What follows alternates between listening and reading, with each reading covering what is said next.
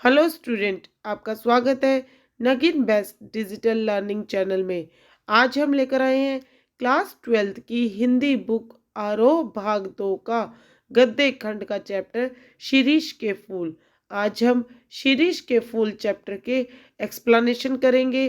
Chapter का line to line word to word meaning को समझेंगे। इसके लेखक लोकप्रिय लेखक श्री हजारी प्रसाद द्विवेदी जी हैं। उनका जन्म 19 अगस्त 1907 में उत्तर प्रदेश के बलिया जिले में हुआ। उन्होंने काशी के संस्कृत महाविद्यालय से शास्त्रीय परीक्षा उत्तीर्ण की। उन्हें कई प्रकार के सम्मान से पुरस्कृत किया गया। उन्होंने कई निबंध, काव्य संग्रह, उपन्यास आदि की रचनाएं भी की। उनकी रचनाएं उनके उसके लिए उपलब्धियां भी हासिल की और उन्होंने अपने जीवन में शिरीष के फूल जैसी कई और रचनाओं की भी रचना की। इनकी मृत्यु 19 मई 1979 में 71 वर्ष की उम्र में हुई।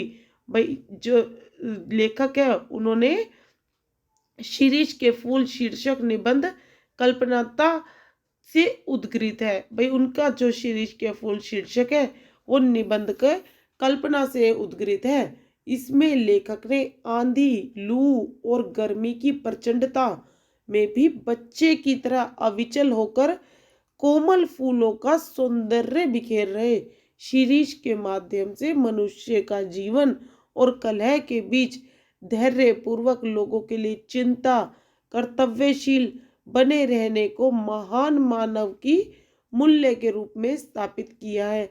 उसे इतिहास विभूति गांधी जी की याद हो आती है। वह गांधीवाद मूल्यों के अभाव की पीड़ा से भी कसमसा उठता है। निबंध की शुरुआत में लेखक शिरीष के फूल की कोमल सुंदरता के जाल बुनता है, फिर उसे भेद कर उसके इतिहास में और फिर उसके जरिए मध्यकाल के सांस्कृतिक इतिहास में घुसता है। फिर जीवन व सामंती शाही जीवन को सावधानी से उकेरते हुए उसका खोखलापन भी उजागर करता है। वह अशोक के फूल के भूल जाने की तरह ही शिरीष को नजरअंदाज किए जाने की साहित्यिक घटनाएं जैसे आहत है। इसी में उसे सच्चे कवि का तत्व दर्शन भी होता है। उसका मन, लेखक का मन मानता है, वह उसका मानना है कि योगी की बिना किसी से जुड़ी शून्यता और प्रेमी की सरस पूर्णता एक साथ उपलब्ध होना सच्चे कवि होने की एकमात्र शर्त है। भाई ऐसा कवि ही समस्त प्राकृतिक और मानवीय वैभव से रमकर ही भी चूकता नहीं। भाई जो एक सच्चा कवि, एकमात्र ऐसा कवि जो समस्त प्रकृति को और मानवीय वैभव से में रमकर कभी भी नहीं चूकता, उनके गुणों को वो ग्रहण कर ही लेता है और निरंतर आगे बढ़ते जाने की प्रेरणा उन प्राकृतिक और मानवीय वैभव से ग्रहण करता है। तो इस प्रकार हमने कवि और चैप्टर के विषय में शॉर्ट में जाना। अब हम अपने चैप्टर का फुल एक्सप्लेनेशन करेंगे। तो चलिए करते हैं। जहाँ बैठ के यह लेख लिखा रहा है उनके आगे पीछे दाएं बाएं शिरीष के अनेक पेड़ हैं। जेठ की जलती धूप में जबकि धरित्री निर्घुम अग्नि कुंड बनी हुई थी। भाई जेठ मतलब गर्मी का मौसम, धरित्री मतलब धरती, अग्निकुंड आग की तरह बनी हुई थी। जहाँ पर लेखक बैठकर लेख लिख रहा था उसके आगे पीछे दाएं बाएं शिरीष के अनेक सारे पेड़ हैं।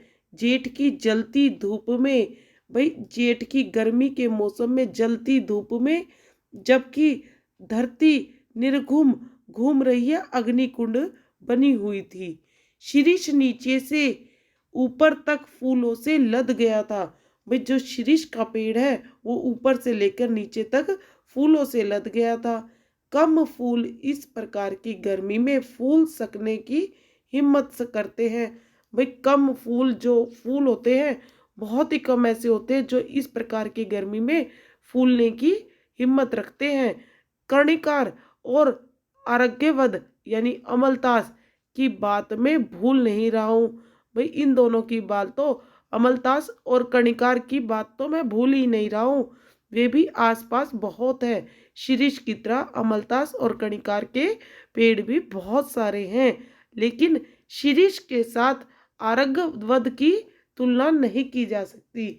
भी शिरीष के साथ तो आरगवद की तुलना नहीं की जा सकती। और वह 15-20 दिन के लिए फूलता है। भाई वो वाला पेड़, आरोग्यवद का पेड़, भाई 15-20 दिन के लिए फूलता है। बसंत ऋतु के पलाश की भांति होता है वो। कबीर दास को इस तरह 15 दिन के लिए लहक उठना पसंद नहीं था। भाई कबीर दास को इस तरह 15 दिन के लिए लहराना उठना पसंद नहीं था। यह भी क्या कि 10 दिन फूले और फिर खग्गड़ के खग्गड़ दिन 10 फूला फूलिक खग्गड़ भया पलास। भाई वो कहते हैं कि ऐसा भी क्या है कि 10 दिन तो हम लोग फूले और फिर वही बेजान के बेजान बनकर रह जाए। दिन 10 फूला फूली के, भाई 10 दिन के लिए फूल के खग्गड़ भया पलास, भाई पलास पलास की तरह कंकड़ बन जाओ। ऐसे दुमदारों से तो लुडेरे भले, भाई ऐसे दुमदारों से तो लुडेरे भले, यानी ऐसे भरे भरे फूलों से तो अच्छे लुढ़के हुए सही है। फूल है शिरीष, बसंत के आगमन के साथ लहक उठता है। भाई शिरीष के फूल जो है बसंत के आगमन के साथ लहरा उठते हैं। आषाढ़ तक जो निश्चित रूप से मस्त बना रहता है, भाई आषाढ़ के महीने तक जो निश्चित रूप से संपूर्ण रूप से मस्त बना रहता है। मन रम गया तो भरे भादों में भी निर्घात फूलता रहता है। अगर उसका मन मान गया, मन यहाँ पर भाई यहाँ रहने के लिए मान गया, तो वह भरे भादों में भी फूलता रहता है। जब उमस से प्राण उबलता रहता है और लू से हृदय सूखता रहता है, भाई भादों की गर्मी में प्राण उमस से उबलते रहते हैं, खून उबलता रहता है और लू से हृदय सूखता जाता है। एकमात्र शिरीष कालजयी अवधूत की भांति जीवन की अजेयता का मंत्र प्रचार करता है। केवल एकमात्र यानी एकमात्र शिरीष का पेड़ ही है, शिरीष के फूल ही है जो कालजयी है, यानी काल के द्वारा जीवित है, उनकी मृत्यु नहीं हो सकती, कभी खत्म नहीं हो सकते। अवधूत की भांति जीवन की अजेयता का मंत्र प्रचार करता रहता है। भाई उसे जीवन भर जीने की अजेयता का मंत्र मिला हुआ है। यद्यपि कवियों की भांति हर फूल पत्ते को देखकर मुग्ध होने लायक हृदय विधाता ने नहीं दिया है। भाई कवियों की भांति हर फूल पत्ते को देखकर भाई मुग्ध होने लायक हृदय, भाई हर फूल पत्तों को देखकर हृदय को वो नहीं होता, उनको देखकर मुग्ध नहीं होता, और ये विधाता ने हमें नहीं दिया है। पर नितांत ठूठ भी नहीं हूँ, भाई बिल्कुल निरा यानी बिल्कुल ठूठ भी नहीं हूँ, यानी बेकार भी नहीं हूँ। शिरीष के पुष्प मेरे मानस में थोड़ा हिल्लोर जरूर पैदा करते हैं। भाई शिरीष के जो फूल है वो मेरे मन के अंदर थोड़ा हिलोर मतलब उत्साहित जरूर पैदा करते हैं। शिरीष के वृक्ष बड़े और छायादार होते हैं।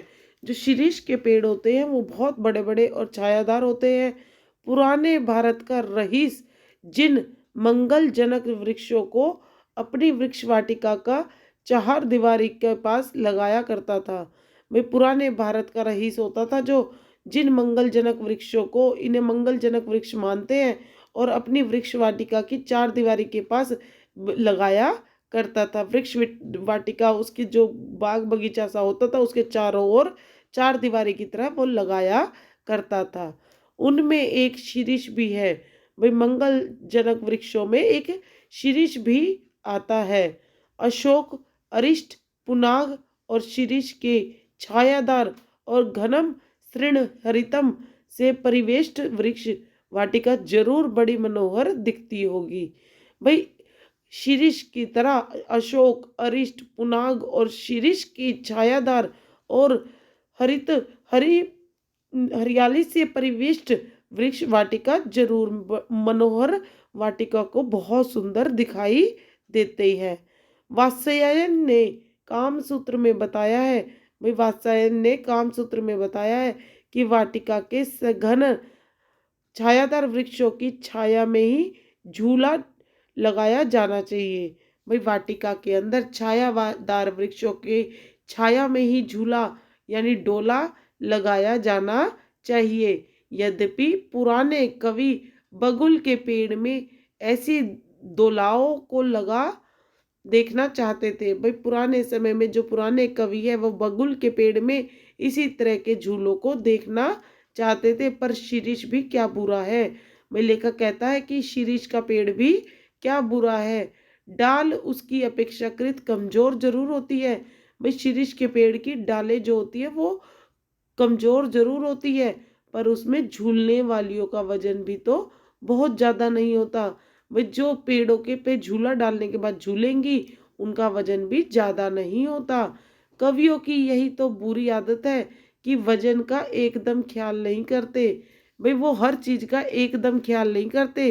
वे तुदिल नरपतियों की बात नहीं कह रहा हूँ। भाई वो कहता है कि मैं तुदिल नरपतियों की बात नहीं कह रहा हूँ। वे चाहे तो लोहे का पेड़ बनवा ले। भाई वो तो चाहे तो लोहे का पेड़ बनवा सकते हैं और उस पे झूला डाल सकते हैं। शीरीष का फूल संस्कृत साहित्य में बहुत कोमल माना जाता है। मेरा अनुमान है कि कालिदास ने यह बात शुरू शुरू में प्रचार की होगी। वही लेखक कहते हैं, हजारी प्रसाद द्विवेदी जी कहते हैं कि कालिदास जी ने यह बात शुरू शुरू में जरूर प्रचार की होगी।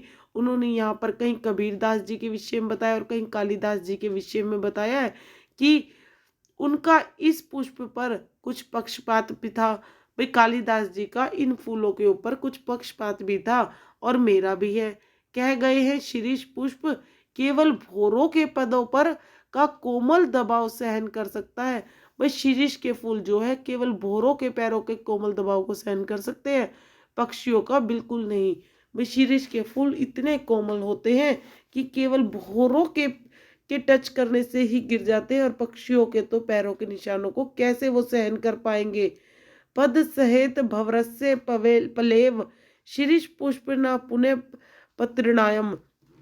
भाई जो शीरीष के फूल होते हैं भंवरों के पैरों के चिन्हों को ही सहन कर सकते हैं और पुनः वो दोबारा टिकते नहीं है, वो गिर जाते हैं।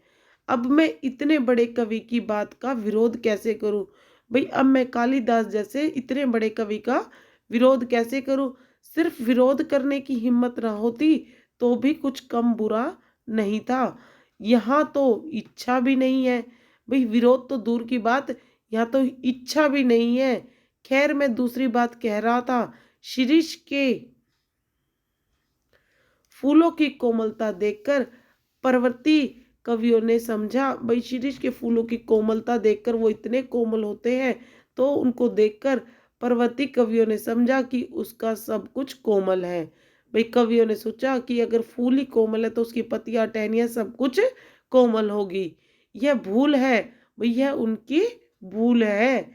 इसके फल इतने मजबूत होते हैं कि नए फूलों के निकल आने पर भी स्थान नहीं छोड़ते। भाई फूल तो इनके तितली के पैरों के निशान से ही छोड़ जाते हैं, लेकिन फल इतने मजबूत होते हैं कि नए फूलों के निकल आने पर भी अपना स्थान नहीं छोड़ते। जब तक नए फल पत्ते मिलकर धकिया कर उन्हें बाहर नहीं कर देते तब तक वे डटे रहते हैं। भाई जब तक नए नए फल और पत्ते बाहर निकलते हैं और उन्हें धक्का मार मार कर उन्हें पेड़ों से बाहर टहनियों से बाहर नहीं करते तब तक वो वहीं डटे रहते हैं। बसंत के आगमन के समय जब सारी वनस्थली पुष्प पत्र में से मरमरित होती रहती है।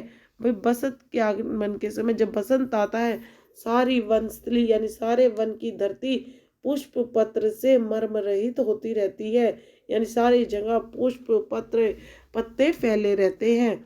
शीरीष पुराने फल बुरी तरह खड़खड़ाते रहते हैं। वही शीरीष के जो पुराने पुराने फल होते हैं नए फल और फूल उग जाते हैं, पत्ते उग जाते हैं और पुराने फलों को वो धक्का मार के गिरा देते हैं और वो सारी तरफ खड़खड़ाते रहते हैं। मुझे इनको देखकर उन नेताओं की बात याद आती है। भाई लेखक कहते हैं कि मुझे उन फल को देखकर उन नेताओं की बात याद आती है जो किसी प्रकार जमाने का रुख नहीं पहचानते। भाई वो कवि, वो नेता जो किसी भी प्रकार से जमाने का रुख नहीं पहचानते और जब तक नई पौध के लोग उन्हें धक्का मारकर निकाल नहीं देते तब तक वे जमे रहते हैं। भाई वो नेता शीरीष के फलों की तरह होते हैं। जब तक नई पौध यानी नए नेता के नए लोग आकर उन्हें धक्का नहीं मारकर निकाल देते जब तक वो नेता जमे रहते हैं। मैं सोचता हूँ कि पुराने की यह अधिकार लिप्सा क्यों नहीं समय रहते सावधान हो जाती।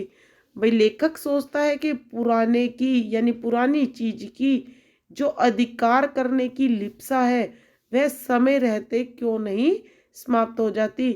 जरा और मृत्यु ये दोनों भी ही जगत के अति परिचित और अति प्रमाणिक सत्य है। भाई जन्म और मृत्यु दोनों ही जगत के अति परिचित, भाई जाने पहचाने और प्रमाणिक सत्य है।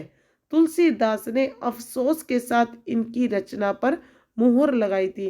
भाई अब यहाँ पर लेखक ने तुलसीदास जी के विषय में बताया कि तुलसीदास जी ने अफसोस के साथ इस सच्चाई को, अपरिचित और अप्रमाणिक सत्य की सच्चाई पर मोहर लगाई थी। धरा को प्रमाण नहीं, भाई धरती को प्रमाण यही तुलसी जो फरासो झरा जो बरासो बुताना। भाई धरती को प्रमाण यही तुलसी जी कहते हैं कि फरासो झरा, भाई जो झर गया सो बरासो बुताना। भाई उन्हें बताना क्या है। मैं शिरीष के फूलों को देखकर कहता हूँ कि क्यों नहीं फलते ही समझ लेते। भाई ये लोग क्यों नहीं फलते ही, जो ये फल फलते हैं तभी उनको समझ लेना चाहिए कि बाबा की झड़ना निश्चित है। लेते हैं कि हमें तो झड़ना निश्चित है। सुनता कौन है पर सुनता कौन है। महाकाल देवता सपासप कोड़े चला रहे हैं। भाई जो महाकाल देवता हैं सांपों के कोड़े चला रहे हैं। जीर्ण और दुर्बल झड़ रहे हैं। जो जीर्ण है, दुर्बल है, जिनकी पकड़ कमजोर है वो तो झड़ रहे हैं। जिनमें प्राण कण थोड़ा भी ऊर्ध्वमुखी है, भाई जिन फलों में प्राण कण थोड़ा भी है वे टिक जाते हैं। दुरंत प्राण धारा और सर्वव्यापक कालग्नि का संघर्ष निरंतर चल रहा है। भाई दुरंत तक, दूर तक प्राण धारा और सर्वव्यापक कालग्नि का संघर्ष लगातार चल रहा है। मूर्ख समझते हैं कि जहां बने हैं वहीं देर तक बने रहे। भाई मूर्ख जो होते हैं वो यही समझते हैं कि हम यहाँ बने हैं तो हम बहुत देर तक यहीं बने रहें तो काल देवता की आंख बचा जाएगी। भाई काल देवता की आंख से हम बच जाएंगे। भोले हैं वे, हिलते डुलते रहो, स्थान बदलते रहो, आगे की और मुंह किए रहो तो कोड़े की मार से बच भी सकते हो, जमे ही कि मरे। भाई लेखक कहता है कि वे भोले हैं, उन्हें यह नहीं पता कि हिलते डुलते रहेंगे, स्थान बदलते रहेंगे, आगे की और मुंह किए रहेंगे तो कोड़े की मार से भी बच सकते हैं, जमे नहीं मरेंगे। भाई जमे रहेंगे तो मरेंगे नहीं। एक एक बार मुझे मालूम होता है, भाई एक बार की मुझे मालूम होता है कि यह शिरीष एक अद्भुत अवधूत है। दुख हो या सुख हो वह हार नहीं मानता। भाई जो शिरीष का वो है एक अजीब अवधूत है जो दुख सुख हार कभी नहीं मानता। ना उधो को लेना ना माधव का देना, ना तो वो उधो का लेना मानता है ना माधव को देना मानता है। जब धरती और आसमान जलते रहते हैं तब भी यह हजरत ना जाने कहाँ से अपना रस खींचते रहते हैं। भाई जब गर्मी जेठ के महीने में जलती रहती है तब भी ये शिरीष के फूल और फल पता नहीं अपना रस कहाँ से खींचते हैं। मौज में आठों याम मस्त रहते हैं। भाई ये शिरीष के फूल और फल आठों याम तक मस्त रहते हैं। एक वनस्पति शास्त्री ने मुझे बताया है कि यह उस श्रेणी का पेड़ है जो वनस्पति शास्त्री के ज्ञाता होते हैं, उन्होंने हमें बताया है कि यह उस श्रेणी के पेड़ होते हैं जो वायुमंडल से अपना रस खींचते हैं। भाई इन्हें पानी की और किसी चीज की जरूरत नहीं होती, ये वायुमंडल से ही, वायु से ही अपना रस खींचते हैं। जरूर खींचता होगा, नहीं तो भयंकर लू के समय इतने कोमल तंतु जाल और ऐसे सुकुमार केसर को कैसे उगा सकता था। भाई यह पेड़ जरूर वायुमंडल से ही रस खींचता होगा, नहीं तो इतनी भयंकर लू के समय यह कोमल तंतु जाल जैसा, ऐसे सुकुमार केसर जैसे फूलों को कैसे उगा सकता। अवधूतों के मुंह से ही संसार की सबसे सरस रचनाएं निकली हैं। भाई लेखक कहता है अवधूतों के मुख से ही संसार की सबसे सरस रचनाएं निकलती है। कबीर बहुत कुछ इस शीर्ष के समान ही थे। भाई जो कबीर दास, लेखक कहते कबीर दास जी बहुत कुछ यानी काफी हद तक इस शीर्ष के समान ही थे, मस्त और बेपरवाह। वे जो मस्त थे और उन्हें किसी चीज की परवाह नहीं थी, पर सरस और मादक थे, सरस और मादक थे। कालिदास भी जरूर अनासक्त योगी रहे होंगे और कालिदास भी इसी तरह योगी रहे होंगे। शीर्ष के फूल फफकड़ता मस्ती से ही उपज सकते हैं। वे जो शीर्ष के फूल है वो मस्ती से ही उपज सकते हैं। मेघदूत का काव्य उसी प्रकार के अनासक्त, अनाविल, उन्मुक्त हृदय में उमड़ सकता है। जो कवि अनासक्त नहीं रह सका, जो फक्कड़ नहीं बन सका, जो किए कराए का लेखा जोखा मिलाने से में उलझ गया। भाई कवि कहता है कि जो कवि अनासक्त नहीं रह सका और जो फक्कड़ नहीं बन सका, जो किए कराए का लेखा जोखा मिलाने में उलझा गया, वह भी क्या कवि है। भाई इन चीजों में ही वो उलझा रहा जिंदगी में, अनासक्त नहीं कर सका, फक्कड़ नहीं बन सका। भाई वो अनासक्त का मतलब कि जिसमें शक्ति ना हो, और फक्कड़ नहीं बन सका यानी फक्कड़ किए किए कराए का लेखा जोखा मिलाने में उलझा रहा, वह भी क्या कवि है। कहते हैं कर्नात राज की प्रिया वंजिका देवी ने गर्वपूर्वक कहा था कि एक कवि ब्रह्मा थे। भाई जो कर्नाट राज की प्रिया वंजिका देवी ने बड़े गर्व के साथ कहा था कि एक कवि थे, वो है ब्रह्मा जी, दूसरे वाल्मीकि जी थे और तीसरे व्यास जी थे। एक ने वेदों को दिया, दूसरे ने रामायण को, तीसरे ने महाभारत को। भाई ब्रह्मा जी ने वेदों का की रचना की थी, वाल्मीकि ने रामायण की रचना की थी और व्यास जी ने महाभारत की। इनके अतिरिक्त कोई यदि कवि होने का दावा करे, भाई इन तीनों के अतिरिक्त अगर कोई कवि होने का दावा करे, तो मैं कर्नाट राज की प्यारी रानी उनके सर पर अपना बाया चरण रखती हूँ। भाई फिर वो कहती है कर्नाट राज की प्यारी रानी अब उनके सिर पर अपना बाया चरण रख देगी। भाई वाम चरण कर्नाट राजप्रिया तेषाम मूर्धन्य ददामी वाम चरणम कर्नाट राजप्रिय, यानी कर्नाट राज की प्यारी रानी उनके सर पर अपना बाया चरण रखेगी। मैं जानता हूँ कि इस उपालंब से दुनिया का कोई कवि हारा नहीं है, पर इसका मतलब यह नहीं कि कोई लज्जाया नहीं तो उसे डांटा भी ना जाए। भाई यह मैं मानता हूँ कि इस उपालंब से दुनिया का कोई कवि हारा नहीं है, और इसका मतलब यह नहीं कि जिसने गलती ना की हो उसे डांटा भी ना गया हो। पर मैं कहता हूँ कवि बनना है मेरे दोस्तों तो फक्कड़ बनो, शिरीष की मस्ती की ओर देखो। भाई फक्कड़ जो बेताक कुछ भी लिख सके, कुछ भी कह सके, शिरीष के मस्त भरे फूलों की तरह। लेकिन अनुभव ने मुझे बताया कि कोई किसी की नहीं सुनता, मरने दो।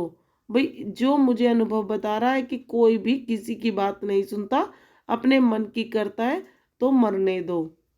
कालिदास वजन ठीक रख सकते थे क्योंकि वे अनासक्त योगी की स्थिर प्रतिज्ञता और विदंग प्रेमी का हृदय पा चुके थे। कवि होने से क्या होता है, भाई वो कहते हैं कि कवि होने से क्या होता है, मैं भी छंद बना लेता हूँ, तुक जोड़ लेता हूँ। और कालिदास भी छंद बना लेते थे, तुक भी जोड़ ले सकते थे। कवि कहता है कि कवि होने से क्या होता है, मैं भी कालिदास की तरह छंद बना लेता हूँ और तुक जोड़ लेता हूँ। भाई जोड़ भी ही सकते होंगे, लेकिन इसलिए हम दोनों एक ही श्रेणी के नहीं हो जाते। भाई कालिदास जैसा मैं कवि नहीं हो सकता, हम दोनों की श्रेणी एक जैसी नहीं हो सकती। पुराने से हृदय ने किसी ऐसे ही दावेदार को फटकारते हुए कहा था कि पुराने टाइम के कवि थे, सहृदय ने किसी ऐसे दावेदार को, ऐसे कवि को फटकार लगाते हुए कहा था, मैं तो मुग्ध और विस्मय विमूढ़ होकर कालिदास के एक एक श्लोक को देखकर हैरान हो जाता हूँ। लेखक कहता है कि मैं तो कालिदास के विमुख और मुग्ध विमूढ़ होकर कालिदास के एक एक श्लोक को देखकर हैरान हो जाता हूँ। अब इस शीर्ष के फूल का ही एक उदाहरण लीजिए। शकुंतला बहुत सुंदर थी। सुंदर क्या होने से कोई हो जाता है? भाई शकुंतला बहुत सुंदर थी, सुंदर क्या होने से सब कुछ हो जाता है? नहीं, कालिदास के हृदय से निकली थी। भाई यह लाइन कालिदास के हृदय से निकली थी कि देखना है कि कितने सुंदर हृदय से वह सौंदर्य डुबकी लगाकर निकला है। शकुंतला कालिदास के हृदय से निकली थी। भाई जो शकुंतला के का थी वो कालिदास के हृदय से निकली थी। उन्होंने कालिदास ने अपने हृदय से निकालकर उसे लेखन का रूप दिया था।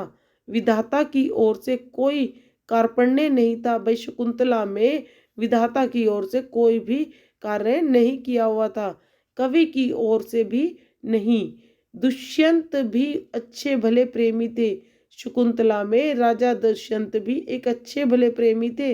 उन्होंने शकुंतला का एक चित्र बनवाया था, लेकिन रह रहकर उनका मन खींच उठता था। भाई शकुंतला का चित्र तो बनवाया था, लेकिन रह रहकर राजा दुष्यंत का मन खींच उठता था। अहू कहीं ना कहीं कुछ छूट गया है। वे वो चित्र को देखकर, शकुंतला के चित्र को देखकर कहते हैं कि कहीं ना कहीं कुछ जरूर छूट गया है। बड़ी देर के बाद उन्हें समझ में आया कि शकुंतला के कानों में वे उस शीर्ष पुष्प को देना भूल गए हैं। भाई जो उन्होंने चित्र बनाया था उसमें शकुंतला के कानों में वो शीर्ष के फूलों को रखना भूल गए थे, जिसके केसर मंडल स्थल पर तक लटके हुए थे, जिसके केसर गंड स्थल तक लटके हुए थे, और रह गया था शरचंद की किरणों के समान कोमल और शुभ मृणाल का हार। भाई जो मृणाल का हार था, शरचंद की किरणों के समान, शरद चंद्र की किरणों के समान, शरद ऋतु के चंद्र की किरणों के समान कोमल और शुभ मृणाल का हार था, वो रह गया था। कालिदास सौंदर्य के बाह्य आवरण को भेद कर उसके भीतर तक पहुंच सकते थे। भाई जो कालिदास थे वो सौंदर्य के बाह्य आवरण को, बाहरी दीवार को भेद कर उसके भीतर तक पहुंच सकते थे। दुख हो कि सुख, वे अपना भाव रस उस अनासक्त कपिवल की भांति खींच लेते थे। भाई दुख हो या सुख, वे अपने भाव रस को खींच लेते थे। जो निर्दलित इक्षु दंड से रस निकाला लेता है। कालिदास महान थे क्योंकि वे अनासक्त रह सके थे। भाई अनासक्त मतलब किसी के साथ ना जुड़े हो, किसी से ना जुड़े हों। भाई कालिदास महान थे, वो किसी के साथ जुड़े हुए नहीं रह सकते थे। कुछ इस श्रेणी की अनासक्ति आधुनिक हिंदी कवि सुमित्रा नंदन पथ में है। भाई कुछ इसी श्रेणी की अनासक्ति, कालिदास के श्रेणी की अनासक्ति आधुनिक हिंदी कवि के सुमित्रा नंदन पंत में भी है। कविवर रविंद्रदास में यह अनासक्ति थी। भाई जो कवि थे रविंद्रनाथ जी, उनमें भी यही अनासक्ति थी। एक जगह उन्होंने लिखा है, राजो उद्यान का सिंह द्वार कितना भी अभ्र भेदी क्यों ना हो, उनकी शिल्पकला कितनी ही सुंदर क्यों ना हो, यह नहीं कहता कि हम में आकार ही सारा रास्ता समाप्त हो गया। भाई राजा का उद्यान का सिंह द्वार कितना ही अभ्रभेदी क्यों ना हो, शिल्पकार कितनी ही सुंदरता से क्यों नहीं उसे बनाया हो, वह यह नहीं कहता कि हमें आकर ही सारा रास्ता समाप्त हो गया। भाई हम में आकर सारा रास्ता समाप्त हो गया, असल गंतव्य स्थान उसे अतिक्रम करने के बाद ही है। यही बताना उसका कर्तव्य है। फूल हो या पेड़, वह अपने अपने में ही आप ही समाप्त नहीं है। भाई अपने आप में ही समाप्त नहीं है, वह किसी अन्य वस्तु को दिखाने के लिए उठी हुई उंगली है। वह इशारा है शिरीष का सचमुच पक्के अवधूत की भांति मेरे मन में ऐसे तिरंगे जगा देता है। भाई शिरीष का जो पेड़ है वो सचमुच पक्के अवधूत की भांति मेरे मन में, अवधूत यानी बच्चे के मन की तरह, एक पक्के बच्चे के मन की तरह मेरे मन में ऐसी तिरंगे जगा देता है जो ऊपर की ओर उठती रहती है। इस चिलकती धूप में इतना इतना सरस वह कैसे बना रहता है।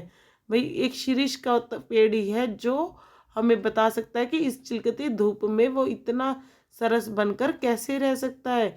क्या ये बाह्य परिवर्तन, धूप, वर्षा आदि लू अपने आप में सत्य नहीं है? जो ये बाह्य परिवर्तन होते हैं, धूप का, वर्षा का, आंधी का, लू का, क्या ये अपने आप में सत्य नहीं है? हमारे देश के ऊपर से जो यह मारकाट, अग्निदाह, लूटपाट, खून खच्चर का बवंडर बह रहा है, भाई हमारे देश के पास से जो मारकाट, अग्निदाह, लूटपाट और खून खंजर का बवंडर होता है, उसके भीतर भी क्या स्थिर रहा जा सकता है? भाई उस देश के भीतर क्या स्थिर रह जा सकता है? शिरीष रह सका है। भाई शिरीष ऐसे के अंदर भी स्थिर रह चुका है। अपने देश का एक बूढ़ा रह सका था। भाई क्यों मेरा मन पूछता है कि ऐसा क्यों संभव हुआ? भाई एक शिरीष का पेड़ है जो ऐसे उसमें रह सकता है, जैसे अपने देश का एक बूढ़ा रह सका था। क्यों मेरा मन पूछता है कि ऐसा क्यों संभव हुआ? भाई मेरा मन बार बार क्यों पूछता है कि ऐसा क्यों संभव हुआ? क्योंकि शिरीष की अवधूत है। भाई क्योंकि शिरीष ही बच्चे के मन की तरह है। शिरीष वायुमंडल से रस खींचकर इतना कोमल और इतना कठोर है कि गांधी भी वायुमंडल से रस खींचकर इतना कोमल और इतना कठोर हो सका था।